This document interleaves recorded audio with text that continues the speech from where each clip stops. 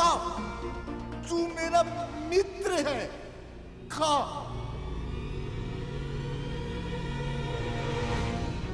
बाबा,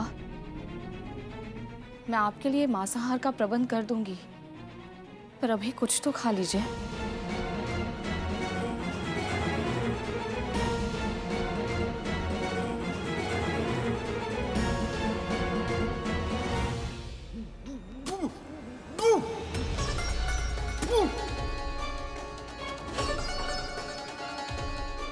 एक तो शाकाहारी भोजन दिया, ऊपर से दाल में जोक तो छोड़ो, नमक तक नहीं है। तू वो देख, मेरा स्वान भी तेरा भोजन नहीं खा रहा है। ले जा यहां से, जा लेके जा इसे।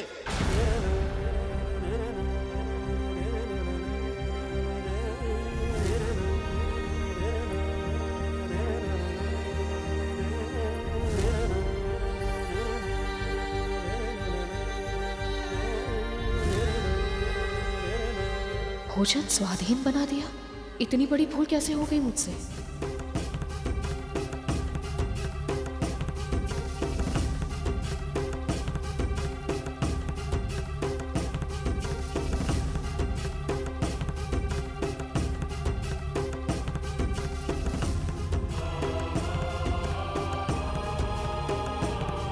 ये तो बिल्कुल ठीक है।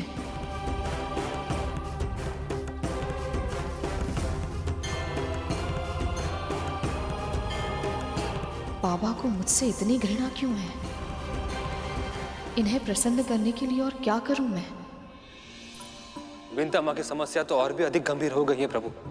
अपनी सुध बुध भूल कर वो इन बाबा की कितनी सेवा कर रही हैं, पर ये तो उन्हें प्रताड़ित किए जा रहे हैं, और अब इनके कारण कद्रू माँ भी विंता माँ को दंड देगी। मुझे तो ये समझ नहीं आ रहा कि विंता माँ इन्हें सह क्यों रही है। उन्होंने इतनी सहायता की इनकी, पर ये तो कृतज्ञ भी नहीं है।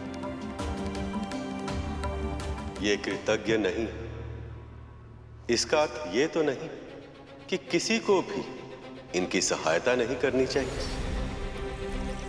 देवी विंता अपने पुत्र को परोपकार के संस्कार दे रही है, तो उन संस्कारों के मार्ग पर उन्हें स्वयं भी तो चलना होगा। धर्म का पालन अपनी सुविधा अनुरूप नहीं किया जा सकता शेष। धर्म का नियम सबके लिए समान होता है गरुड़। यदि स्वयं भगवान इन नियमों का पालन नहीं करेंगे तो संसार से उनके पालन की आशा कैसे कर सकते हैं?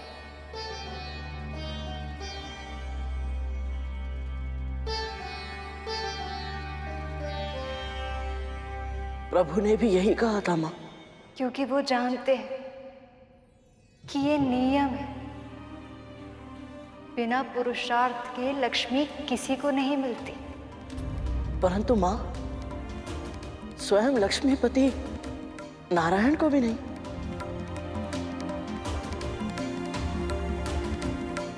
सबको लगता है कि मैं नारायण के पांव दबाती हूँ, उनकी सेवा करती हूँ, लेकिन ये कोई नहीं जानता कि मुझे सदैव अपने साथ रखने के लिए वे कितने पुरुषार्थ करते हैं। और अब भी उन्हें वही करना होगा। वो चेष्टा कर रहे हैं मां। समुद्र मंथन की घोषणा कर चुके हैं प्रभु। देवताओं को दानवों के साथ संधि करने का आदेश भी दे चुके हैं। अब बस भय केवल इस बात का है, कहीं इसमें अधिक देर ना हो जाए।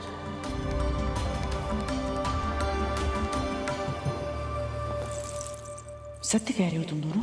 हाँ माँ, हमने अपनी आंखों से देखा। गरुड़ के पंख से बने आसन पर बैठा था वो। माँ, बुड्ढा है तो बहुत ही दुर्बल और दुर्गंध से एकदम भरपूर। पर विमाता विंता को बहुत यातनाएं दे रहा है। विमाता भी बहुत विचित्र है, सब कुछ चुपचाप सहे जा रही थी।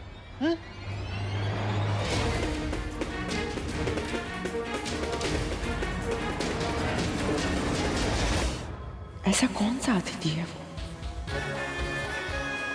जिसके बारे में विंता ने मुझसे आज्ञा भी नहीं ली और सत्य भी छुपा लिया? क्षीर सागर का मंथन, ये कैसे संभव महर्षि? इतने विशाल सागर को मथने के लिए मथनी कहां से आएगी? और ऐसी रस्सी कहां से मिलेगी जो उस मथनी को बांध सके? इन प्रश्नों के उत्तर तो हमारे पास भी नहीं है। अभी प्रभु विष्णु ने केवल इतना आदेश दिया है कि हम सब यहां मिलकर संधि वार्ता करें। आप सब असुर और हम देवता मिलकर अन्य प्रजातियों को इकट्ठा करें। एक बार हम सब जुड़ जाएं, फिर उसके बाद किसको क्या कार्य करना है ये स्वयं प्रभु बताएंगे। जब हमें यह नहीं पता कि आपकी ये योजना पूरी कैसे होगी, तो हम इसके लिए सहमति कैसे दे दें?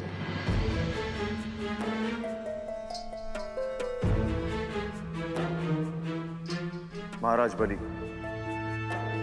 यदि आपकी इच्छा हो तो मैं अपनी तपस्या से स्वर्ग का वैभव पुनः प्रकट कर सकता हूं, किंतु इसके लिए देवताओं से संधि करने की कोई आवश्यकता नहीं है।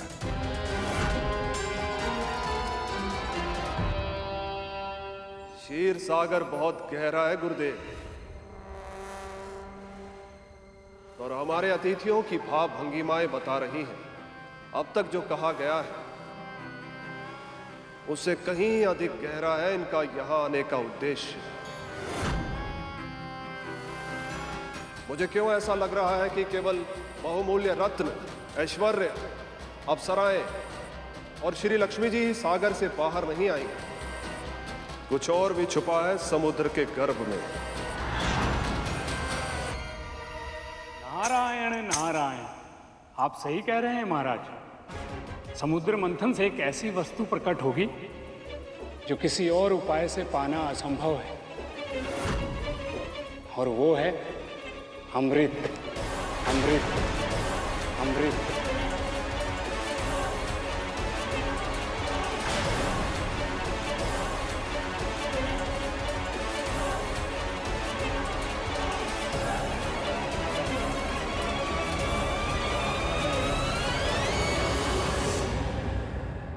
प्रभु, अब तो मुनिवर ने अमृत का लोभ भी दे दिया है।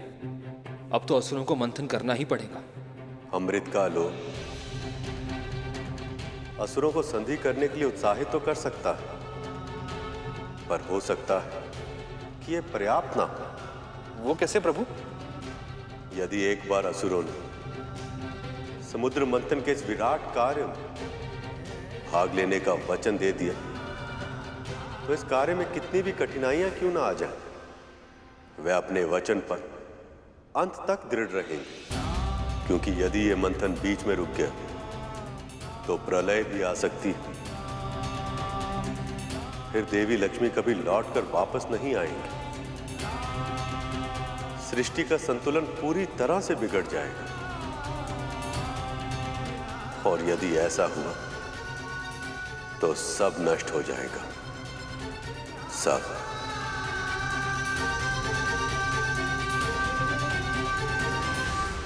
माँ, हो सकता है मेरा अनुमान सही ना हो, परंतु आपके साथ के बिना प्रभु का उत्साह, उनका विश्वास, उनका सामर्थ्य इतना कम हो गया है कि समुद्र मंथन जैसे इतने बड़े कार्य को कर पाना अब जाने संभव हो पाएगा या नहीं।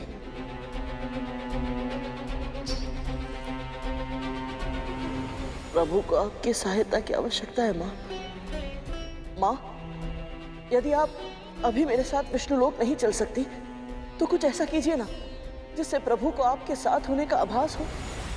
स्वामी से दूर रहकर भी उन्हें अपनी शक्ति दे पाऊं, ऐसे कैसे कर सकती हूं मैं?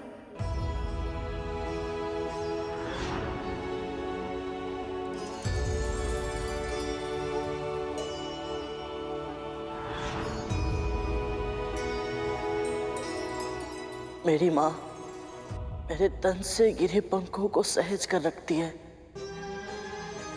और मेरी अनुपस्थिति में उन्हें अपने हृदय से लगा लेती है ताकि उन्हें मेरे निकट होने का आभास हो। माँ, आपके पास भी कुछ ना कुछ अवश्य ही ऐसा होगा जिसे छूकर प्रभु को आपके निकट होने का अनुभव हो।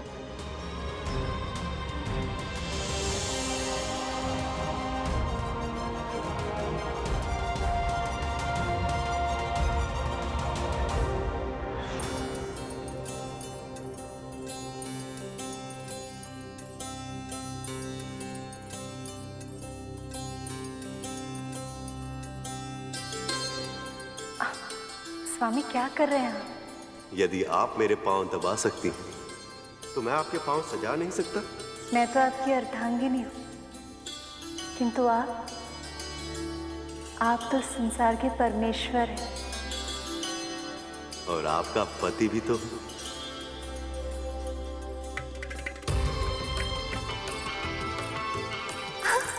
अरे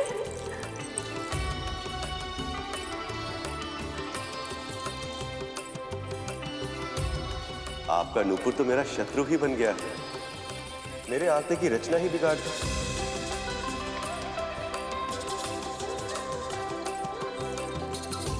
नहीं स्वामी, ये मेरे सुहाग का चिन्ह है। और आपका सुहाग मैं ही हूं। अवश्य, किंतु इसका ये अर्थ नहीं कि मैं इसे उतारने दूंगी आपको। तो मैं आपके लिए एक ऐसी पायल की रचना करूंगा जो सुंदर भी हो और उपयोगी भी, ताकि आपके सुहाग का चिन्ह आपके पांव पर सुशोभित भी होता रहे और उसका नूपुर मेरे आलते की रेखाएं भी बिगाड़ ना सके। स्वामी, ये तो बहुत ही अच्छा सुझाव है। स्वामी, मैं तो कहती हूँ क्यों ना हम दोनों ही एक एक पायल की रचना करें। देख तो ले कि हम दोनों की सोच एक दूसरे के समान है भी या नहीं। अवश्य।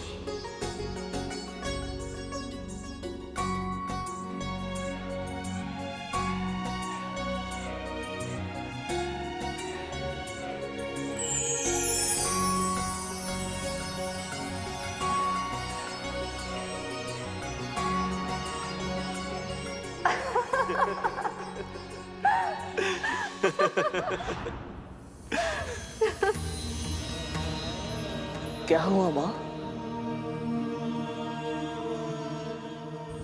कुछ नहीं, बस ऐसे ही अतीत के हास परिहास की कई बातें पहले आंखों में अश्रु ले आती और फिर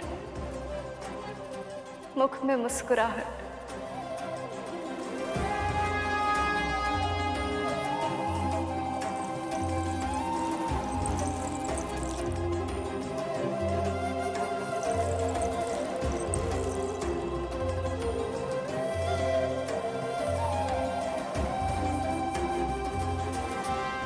ये लो गरुड़।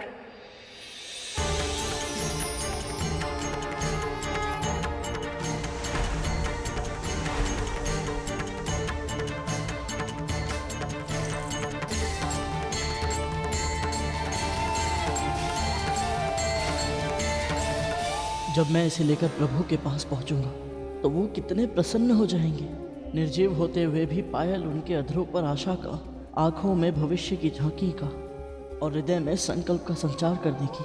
उनका मन विश्वास से भर उठेगा और उनका आत्मबल और भी प्रखर हो जाएगा। हे परमपिता, मुझे अपनी सेवा करने की शक्ति दीजिए। स्वामी को मेरे ये पायल दे देना, ये उन्हें स्मरण दिलाएगी कि हम चाहे कितने भी दूर क्यों ना हो, किंतु हमारी विचार शक्ति, हमारी कल्पना, हमारी पीड़ा ये सदैव ही एक समान रहेगी। माँ, आपको ऐसे अकेले छोड़कर जाने का मन नहीं कर रहा।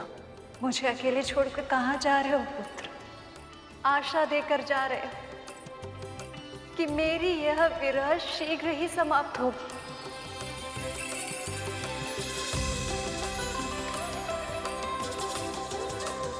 आज्ञा दीजिए माँ।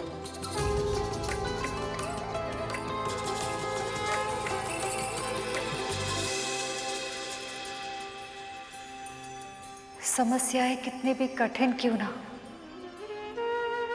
किंतु उसे सुलझाने के लिए पहल करने की तुम्हारी ये हट, तुम्हारी विशेषता है करुण। मेरा मन कह रहा है, नारायण की योजनाओं में और भविष्य में होने वाले समुद्र मंथन में तुम्हारा बहुत ही महत्वपूर्ण योगदान रहेगा।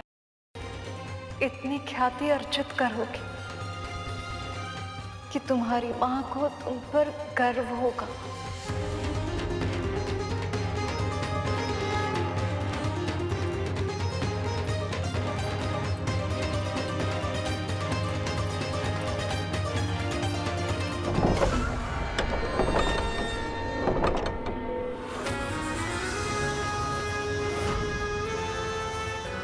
इतना तो साहस।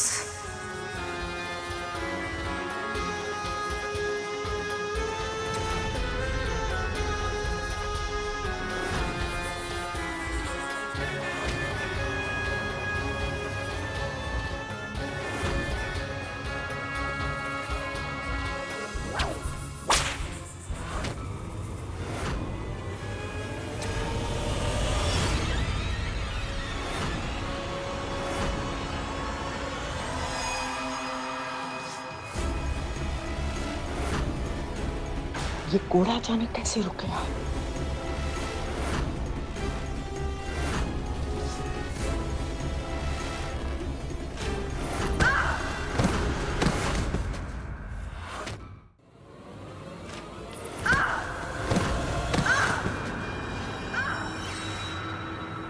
ये ध्वनि कैसी थी?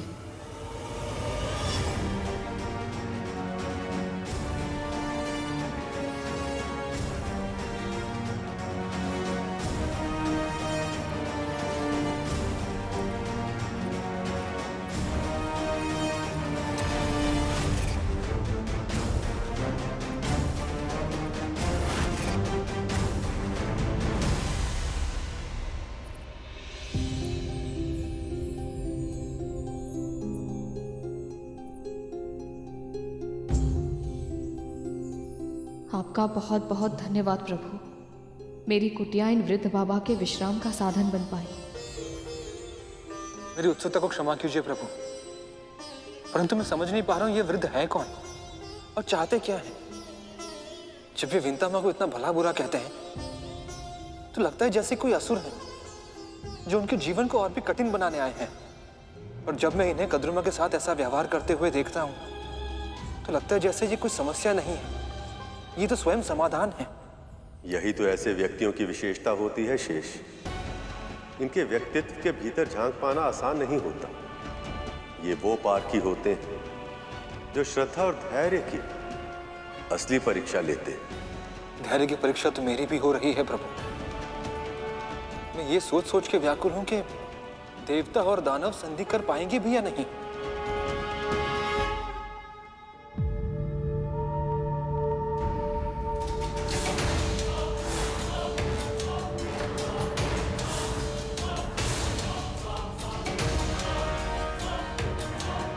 अमृत का लोभ इन असुरों की आंखों में स्पष्ट रूप से दिखाई दे रहा है देवराज इंद्र। अब ये असुर अवश्य ही सहमत हो जाएंगे।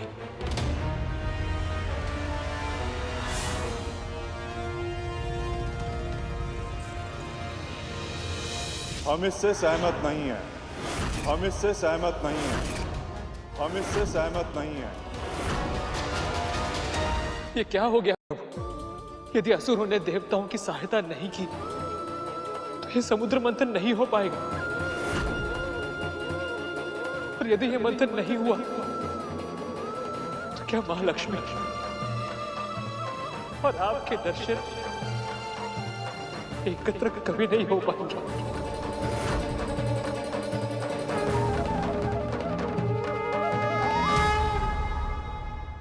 गुरुदेव, देवता हमें अमृत का लोभ दे रहे हैं। महाराज बलि, इनके लोभ के जाल में मत फंसिए। ये देवता हमारे पास इसलिए आए हैं क्योंकि इन्हें समुद्र मंथन के लिए असुरों की अपार शक्ति की आवश्यकता है, किंतु जब समय आएगा तो अमृत की एक बूंद भी असुरों को नहीं मिलेगी। ऐसा नहीं होगा महर्षि। समुद्र मंथन के शुभ कार्य में जो भी प्रजातियां भाग लेंगी, उन सबके बीच में समुद्र के गर्भ में जो चीज भी प्रकट होगी, वो सब बराबर मात्रा में बांटी जाएगी।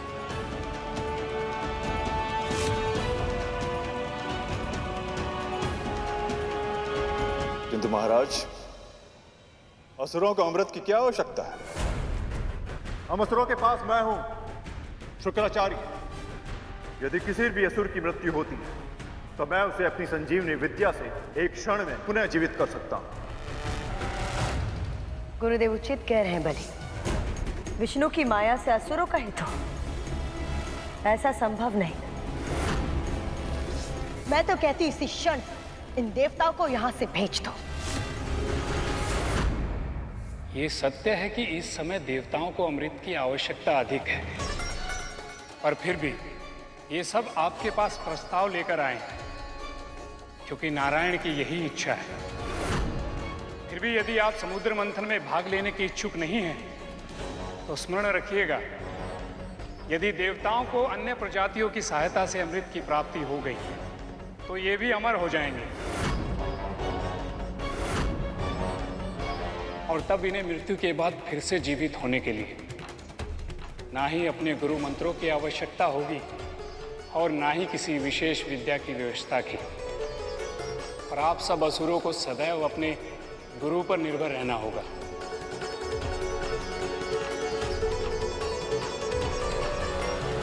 विचार कीजिए असुरराज, तब क्या होगा जब गुरु शुक्राचार्य आपके निकट नहीं होंगे, जब ये कहीं तपस्या के लिए दूर निकल जाएं और कोई पक्षी गजासुर और सिंह मुखम जैसे विकट असुरों को जीवित ही निकल जाए।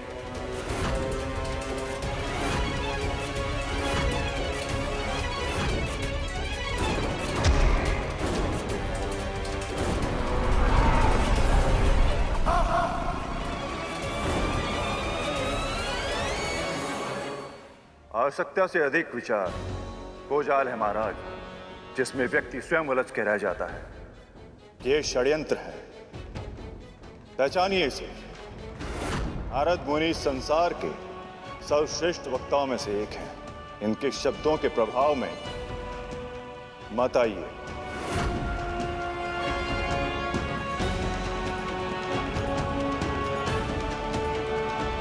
क्षमा कीजिए गुरुदेव,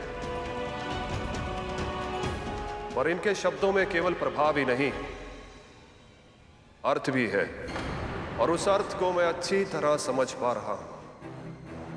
सारा अमृत देवताओं को मिल जाए,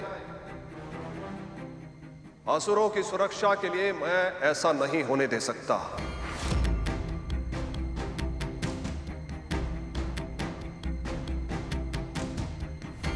यदि समुद्र मंथन ही एकमात्र उपाय है जिसके माध्यम से असुरों को अमृत का अंश मिल सकता है, तो यही सही।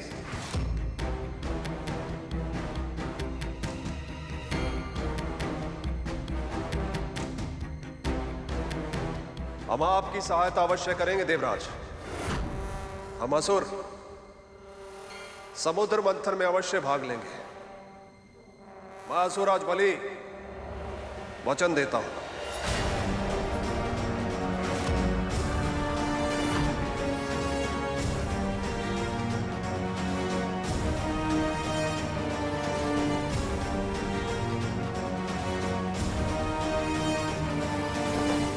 तो मैं देवराज इंद्र भी आपको वचन देता हूं असुरराज, कि जब तक ये शुभ कार्य संपन्न नहीं हो जाता, तब तक हम सारे देव अपने मन में असुरों के लिए कोई भी द्वेष नहीं रखेंगे और आप सबको पूर्ण सहयोग भी प्रदान करेंगे।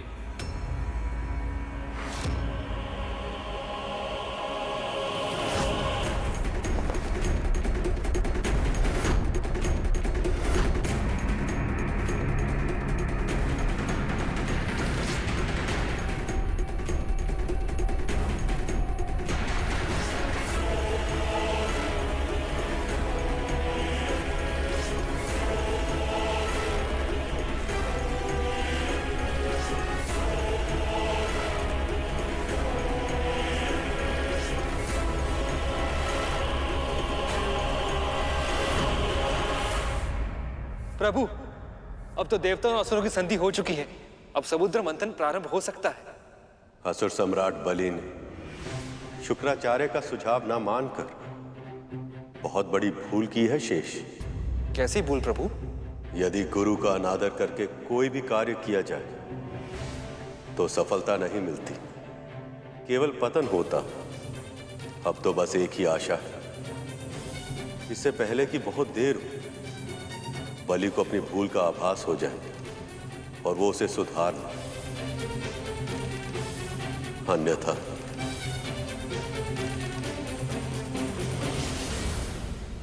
अभी तक तो माँ ने उस बुढ़े को चाबुक मार मार कर भागने पर विवश कर दिया होगा।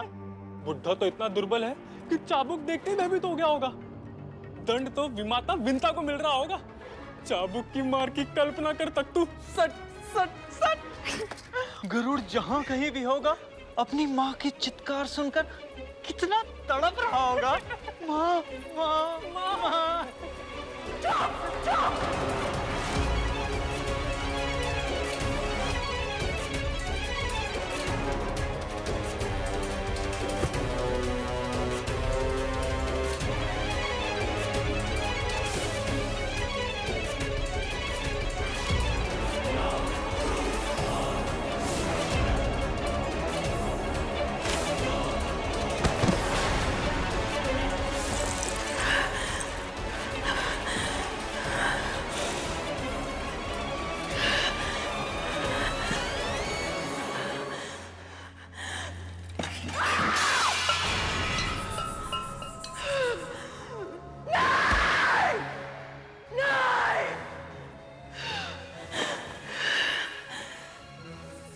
इतिहास को दोहराने नहीं दूंगी मैं।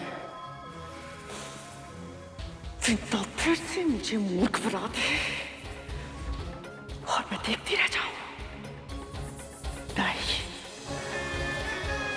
अब ऐसा नहीं होगा, बिल्कुल भी नहीं। भले ही तुमने मुझसे छुपाया है कि वो पूरा कौन है, मैं जान कर रहूंगी मुझे क्या कर रहा है। प्रभु, अब जब संधि हो गई है तो आपकी योजना का अगला पड़ाव क्या होगा? गरुड़? गरुड़ कहाँ है? जी प्रभु, वो। क्या छुपा रहे हो तुम शेष? क्षमा कीजिए प्रभु, मैंने उसे मना भी किया था, परंतु वो ठान चुका था। क्या करने से मना किया था शेष? और गरुड़ कहाँ है?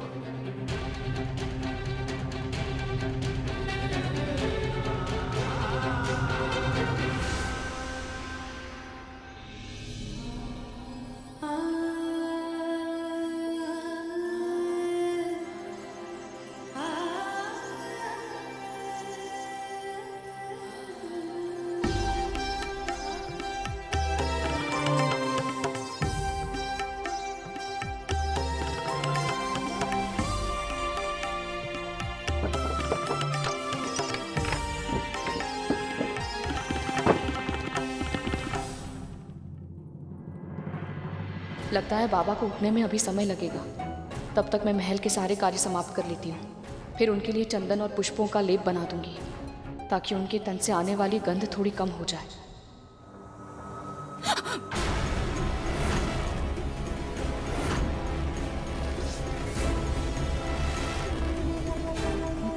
महारानी, आप इतनी शीघ्र उठ गई?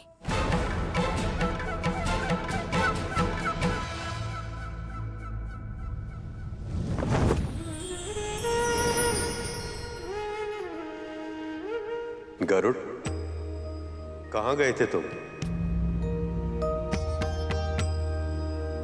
क्षमा कीजिए प्रभु, मैंने आपकी इच्छा के विपरीत कार्य किया है, परंतु मुझे करना पड़ा प्रभु। ऐसे कष्ट की अवस्था में देख नहीं पाया और मैंने क्या किया है तुमने गरुड़? मैं माता लक्ष्मी के दर्शन करने गया था। अभी उन्हीं से भेंट करके आ रहा हूं।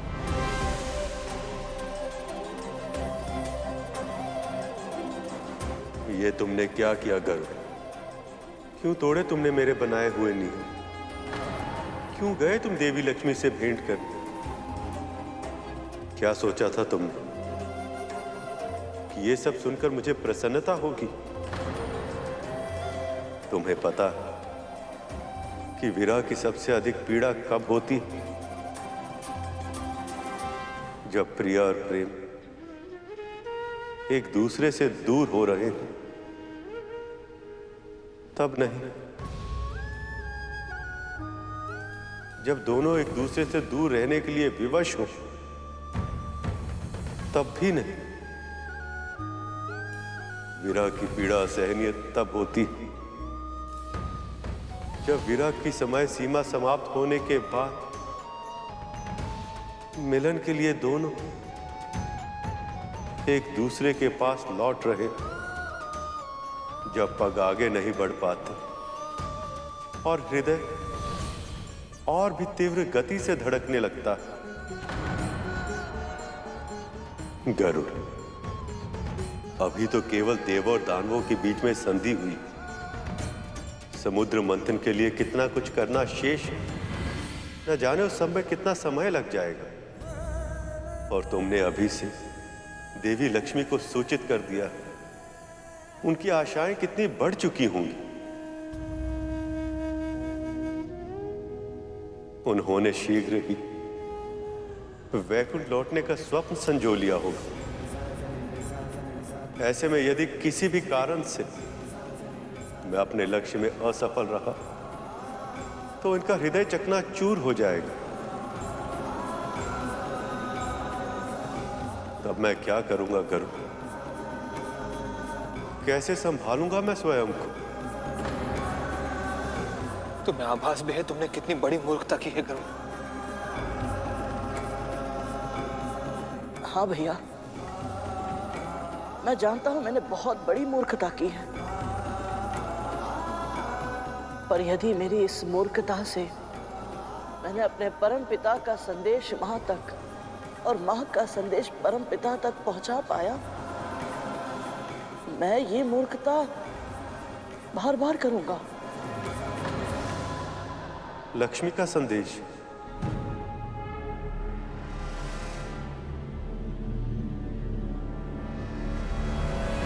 बहुत चिंता हो रही है मेरी। अधिक स्वांग करने की आवश्यकता नहीं है तुझे, सब जानती हूं मैं।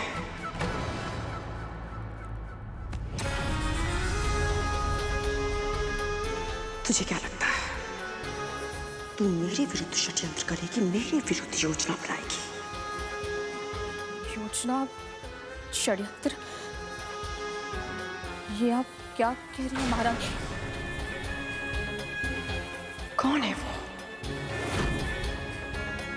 कौन है वो मायावी जिसे तूने अपनी कुटिया के अंदर छुपा के रखा है?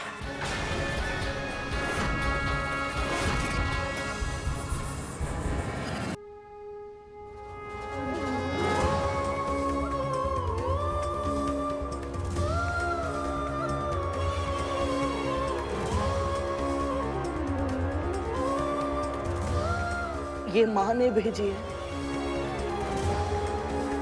आपके लिए।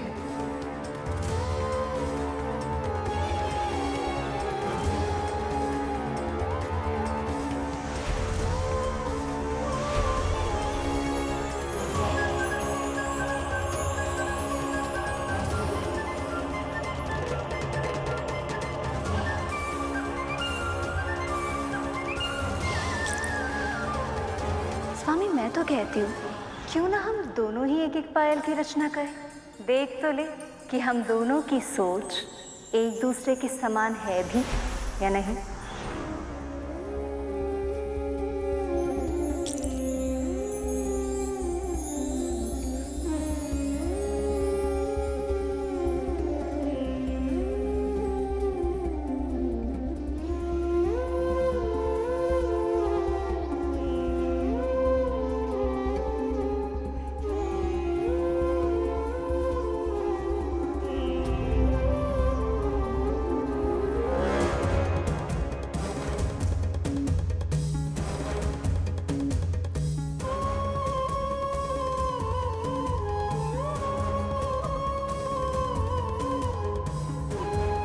इस पायल को हृदय से लगाकर लग रहा है जैसे हमारे प्राण लौट आए, स्वयं देवी लक्ष्मी लौट आई।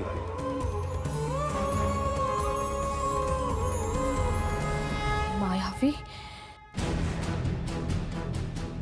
नहीं महारानी, वो बस एक असहाय रोगी है। असहाय? कितना असहाय है वो, मैं स्वयं अनुभव कर चुकी हूं।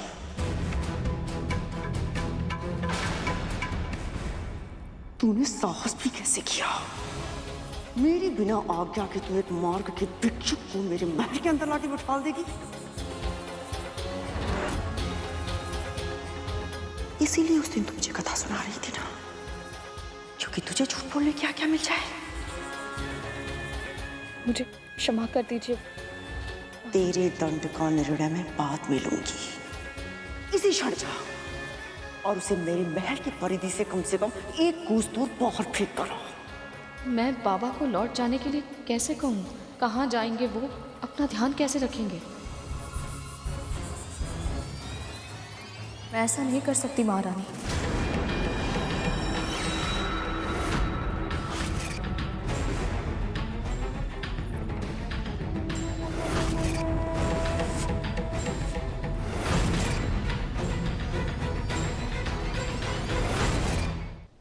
गरुड़, मुझे यह विश्वास नहीं हो रहा है कि तुमने ऐसा दुस्साहसी कार्य किया है। मैंने तो कुछ नहीं किया है प्रभु। परंतु पायल तो तुम ही लाए हो गरुड़। कहना क्या चाहते हो तुम? बस यही कि समस्त संसार में जो कुछ होता है प्रभु की इच्छा से ही होता है। कभी कभी नियम बनाने वाला अपने ही नियमों के जाल में उलझ जाता है, किंतु तुमने अपने हठ से, अपनी मूर्खता से असंभव को भी संभव कर दिया है गरुड़।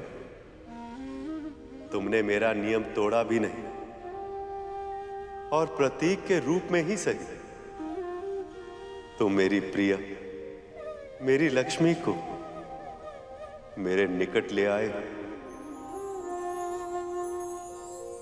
विरह में मेरी दशा ऐसी हो गई थी कि देवी लक्ष्मी के अतिरिक्त मैं कुछ और सोच ही नहीं पा रहा था। तुमने मुझे उस अवस्था से निकालकर मेरे भीतर उत्साह का संचार कर दिया है गरुड़। अब मैं वो भविष्य देख पा रहा हूं जिसमें शीघ्र ही वे मेरे साथ होंगे, मेरे निकट होंगे। प्रेम के इस छोटे से संदेश ने मुझ में इतनी प्रसन्नता, इतनी ऊर्जा भर दी है कि अचानक ही सब कुछ संभव लगने लगा है मुझे। सत्य तो यही है कि आशा की वास्तविक आवश्यकता हमें ही थी, और देवी लक्ष्मी से मिलकर वह आशा तुमने हमें दी है गरुड़। मैं तो केवल माध्यम हूं प्रभु। ये लीला तो आप दोनों की ही है।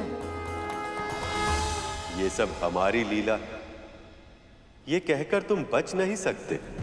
सत्य तो यही है कि तुमने हमारी इच्छा के विरुद्ध कार्य किया, और इसका दंड अब तुम्हें भोगना ही होगा।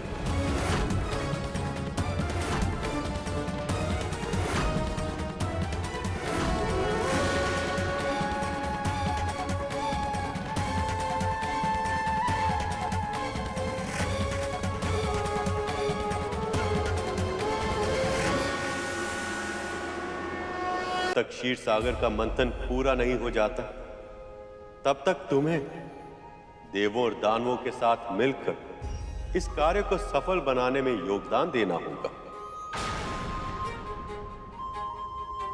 प्रभु, ये तो मेरे लिए सौभाग्य की बात होगी। नारायण नारायण। प्रभु, आपके मुख पर ये हर्ष की छाया देखकर मुझे बहुत प्रसन्नता हो रही है। पर ये केवल देवताओं और दानवों के संधि के कारण ही नहीं है, अवश्य ही इसके पीछे कुछ और भी कारण है। नारायण नारायण। आपने सत्य कहा देव ऋषि। मेरे हर्ष का, मेरे मुख पर छाई हुई इस मुस्कुराहट का कारण है देवी लक्ष्मी द्वारा दिया गया यह स्मरण चिन्ह।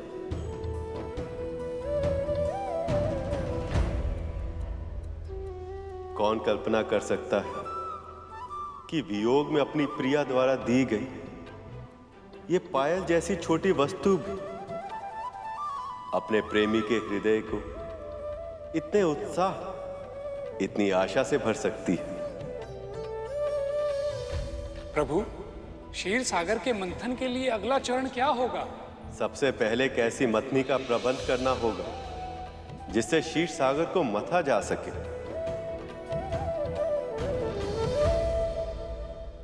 पर प्रभु, इस कार्य के लिए तो बहुत ही विशाल और शक्तिशाली मथनी की आवश्यकता होगी, परंतु ऐसी मथनी मिलेगी कहां?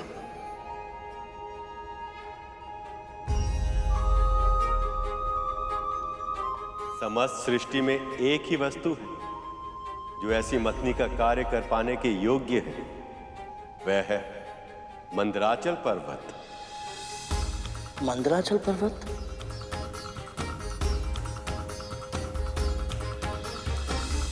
मंदराचल पर्वत बहुत ही विशाल है, साथ ही साथ सीधा, मोटा, गोलाकार और बहुत तेजवान भी है। क्षीर सागर को मथने के लिए इससे अच्छी मथनी मिलना असंभव है। तब तो हमें इसी क्षण उन्हें यहाँ ले आना चाहिए मुनिवर। जितनी शीघ्र मथनी का प्रबंध होगा उतनी ही शीघ्र मंथन प्रारंभ होगा। देव ऋषि, समुद्र मंथन के लिए देवों और दानवों दोनों को एक पूरा का पूरा पर्वत उठाना पड़ेगा, पर यह कार्य इतना आसान नहीं, इसलिए आप पूरे समय उनके साथ रहिएगा ताकि दोनों ही पक्षों में कोई भी संधि के नियमों का उल्लंघन ना कर पाए। वैसे भी शुक्राचार्य संधि से तनिक भी प्रसन्न नहीं है, इसलिए मैं नहीं चाहता कि मंथन पूरा होने से पहले उन्हें संधि तोड़ने का एक भी अवसर मिले। जो आज्ञा प्रभु। एक बात और ना रहे, आप गरुड़ को भी अपने साथ ले जाइए।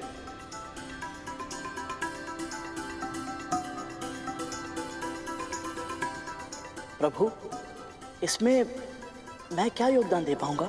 जो कार्य करने की इच्छा रखता है वह चाहे तो इतने बड़े अनुष्ठान में अपने लिए कोई ना कोई कार्य तो ढूंढ ही सकता है गरुड़।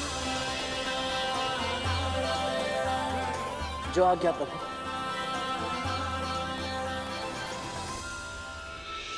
क्या कहा तूने? अतिथि देवो भवः।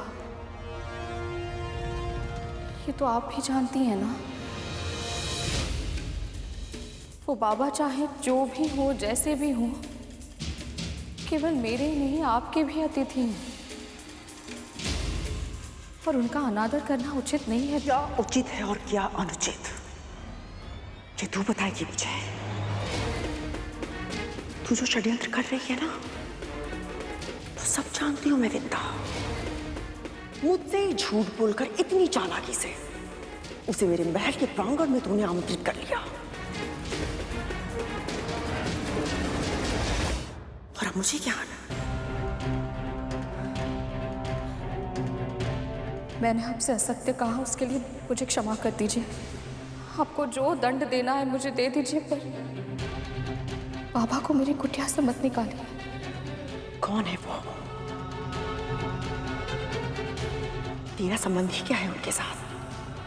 केवल मानवता का संबंध है। वो कौन है, कहाँ से आए हैं, मैं नहीं जानती। बस उन्हें इस हाल में देखकर मुझे उन पर दया आ गई, और जो दूसरों की दया पर जीवित रहते हैं ना, उन्हें किसी और पर दया करने का अधिकार नहीं होता है।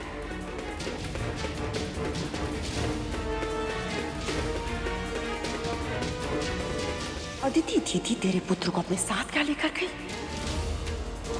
तो परेशानी भूल गई। दासी है तू मेरी।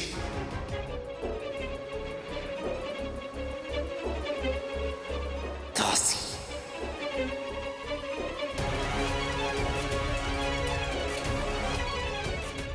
स्मरण है मुझे, और मेरे पुत्र को भी ये स्मरण है। पर उन बाबा को जाने के लिए नहीं कह सकती मैं।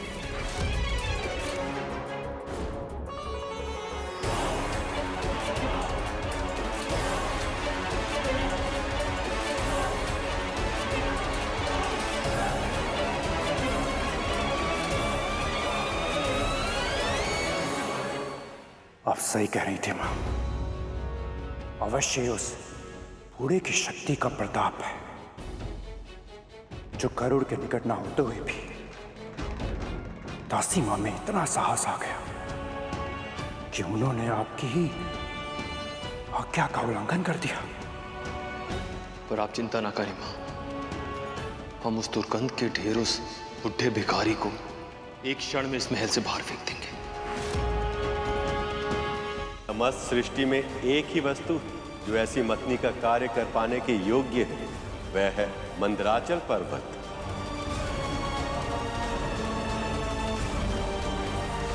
ये दास यहाँ पे क्या कर रहा है? यह जो भी उपस्थित है प्रभु विष्णु की इच्छा से उपस्थित है, और उनकी इच्छा पर प्रश्न करने का अधिकार किसी को भी नहीं है। नारायण नारायण, लक्ष्य विराट और कठिन भी है, इसलिए हम सबको अपना ध्यान मंदराचल पर्वत पर केंद्रित करना चाहिए। मंदराचल, मैं असुरराज स्वर्गाधिपति बलि तेरा आवाहन करता हूं। प्रकट हो, प्रकट हो, प्रकट हो, प्रकट हो।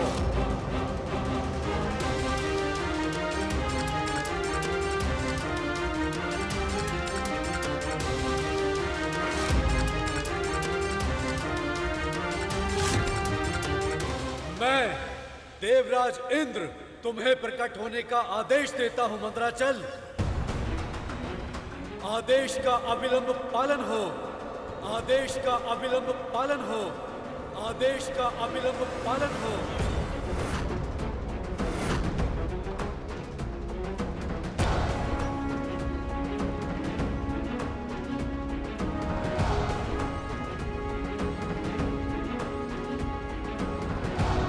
मंदराचल पर्वत,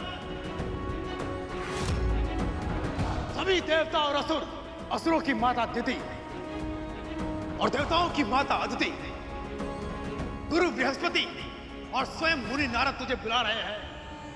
प्रकट हो, प्रकट हो, प्रकट हो, प्रकट हो, प्रकट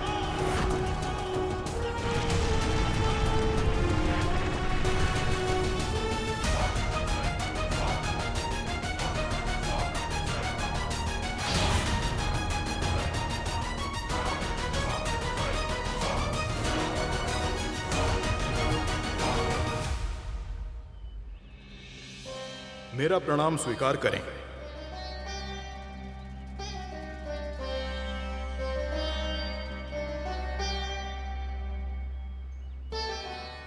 आप सब यहां एक साथ, पर इस कृपा का कारण जानने के लिए मैं उत्सुक हूं। संसार में श्री को वापस लाने के लिए प्रभु विष्णु ने क्षीर सागर के मंथन का विचार किया है, और इससे देवों और दानवों, साथ ही अन्य प्राणियों का भी कल्याण होगा। इस कार्य में हमें आपके सहयोग की आवश्यकता है मंदराचल। हम चाहते हैं कि आप वो मथनी बने जिसकी सहायता से इस विशाल सागर को मथा जा सके। सच कहूं तो प्रभु विष्णु की सेवा करना तो किसी का भी सौभाग्य होगा, और क्षीर सागर का मंथन करना तो अति दुर्लभ अवसर है, जो हम पर्वतों के लंबे जीवन काल में भी पहली बार आया है। परंतु मैं क्षमा चाहता हूं, मैं चाहकर भी आप सबकी सहायता नहीं कर सकता।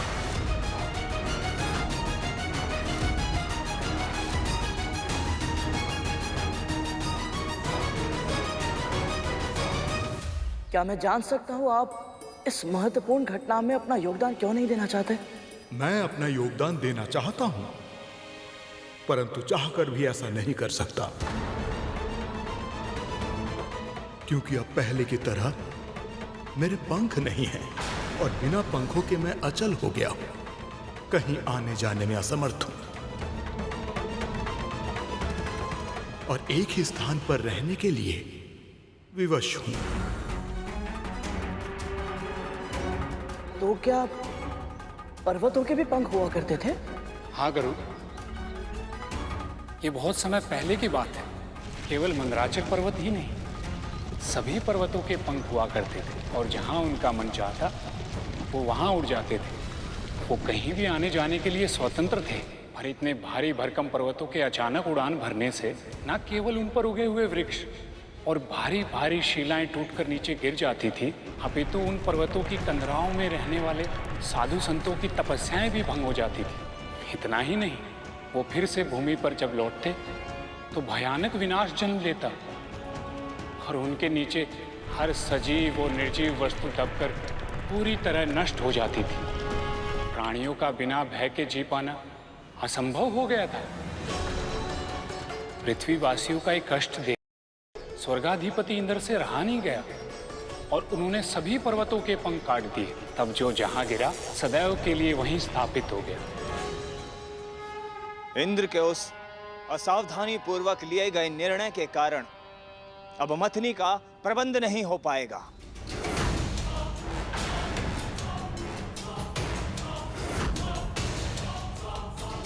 और जिसके कारण ना ही समुद्र मंथन होगा और ना ही अमृत मिलेगा। देवराज ने वही किया जो उस समय उचित था। ना तो इसकी कल्पना की थी, ना ही भविष्यवाणी कि ऐसा समय भी आएगा जब इन्हें मथनी के रूप में किसी पर्वत की आवश्यकता पड़ेगी। जो व्यतीत हो चुका है वो अतीत है।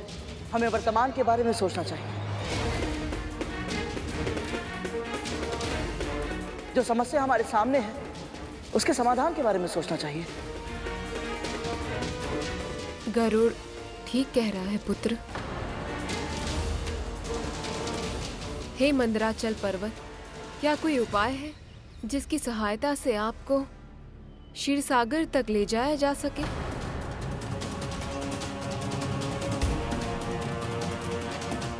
एक उपाय है देवमाता। देवगण और असुर दोनों ही प्रजातियां अपने अपने बल के लिए सुविख्यात हैं। यदि यहां पर उपस्थित कोई भी बलशाली मुझे उठा सके तो वो मुझे क्षीर सागर तक पहुंचा सकता है।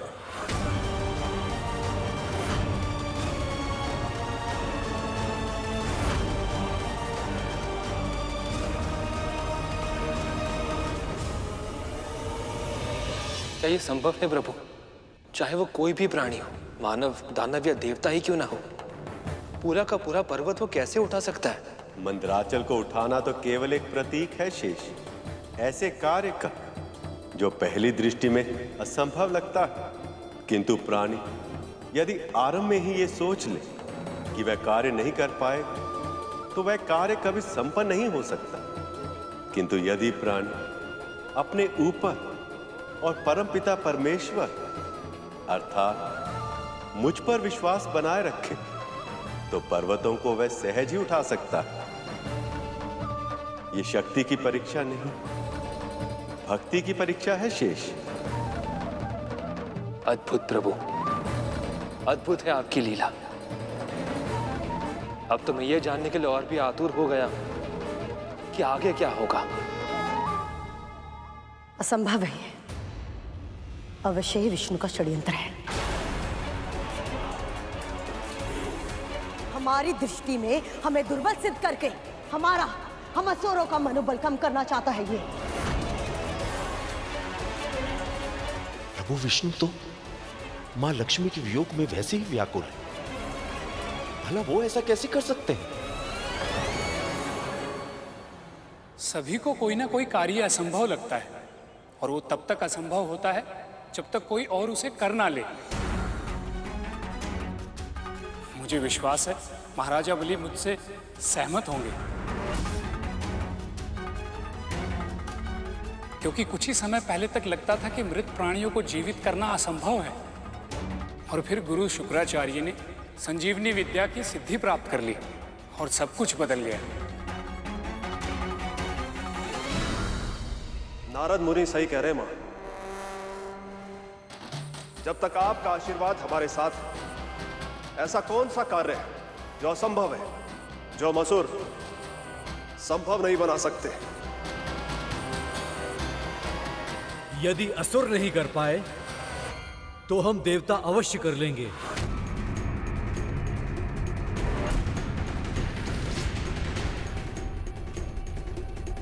हम युद्ध में अवश्य हारे थे, पर केवल इसलिए क्योंकि हमारे विरोधियों ने अनैतिक सिद्धि का प्रयोग किया था। इसका अर्थ ये नहीं है कि हम बलशाली और योग्य नहीं हैं। इंद्र, देवताओं की शक्ति की परीक्षा के लिए किसी और अवसर की प्रतीक्षा करनी होगी, क्योंकि समुद्र मंथन का पहला चरण मेरे पुत्र ही पूरा करेंगे। स्वर्गाधिपति होने के कारण प्रत्येक विषय में चुनाव का पहला अधिकार मेरे पुत्र का होगा।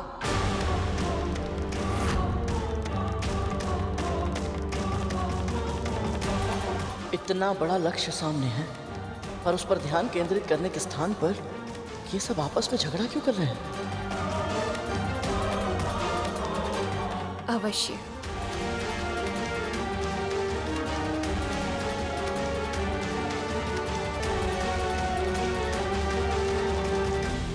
जब माँ ने कह दिया तो यही सही।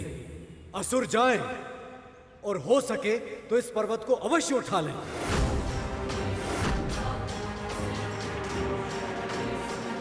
देवता जानते हैं कि यह धर्म का कार्य है, प्रभु विष्णु के लिए बहुत आवश्यक है ये, तो फिर ये ऐसी मनोकामना क्यों कर रहे हैं कि असुर असफल हो जाए?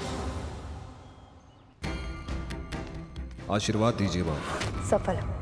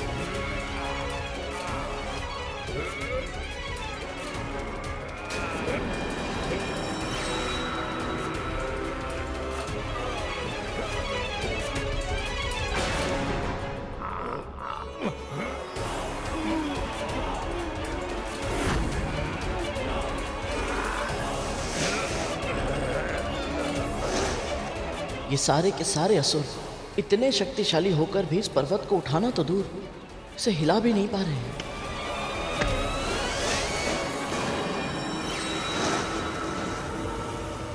जब थक जाए तो बता दीजिएगा असुरराज, हम स्वयं उठा लेंगे इस पर्वत को।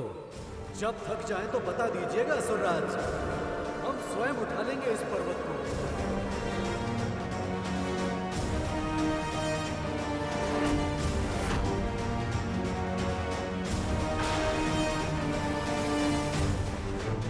ये इंद्रदेव क्या कर रहे हैं? कटु वचन कहकर असुरों को क्रोधित कर रहे हैं। प्रभु ने इन्हें साथ मिलकर कार्य करने के लिए कहा, पर यदि इनके अहंकार के कारण इनकी संधि टूट गई तो समुद्र मंथन कैसे पूर्ण हो पाएगा?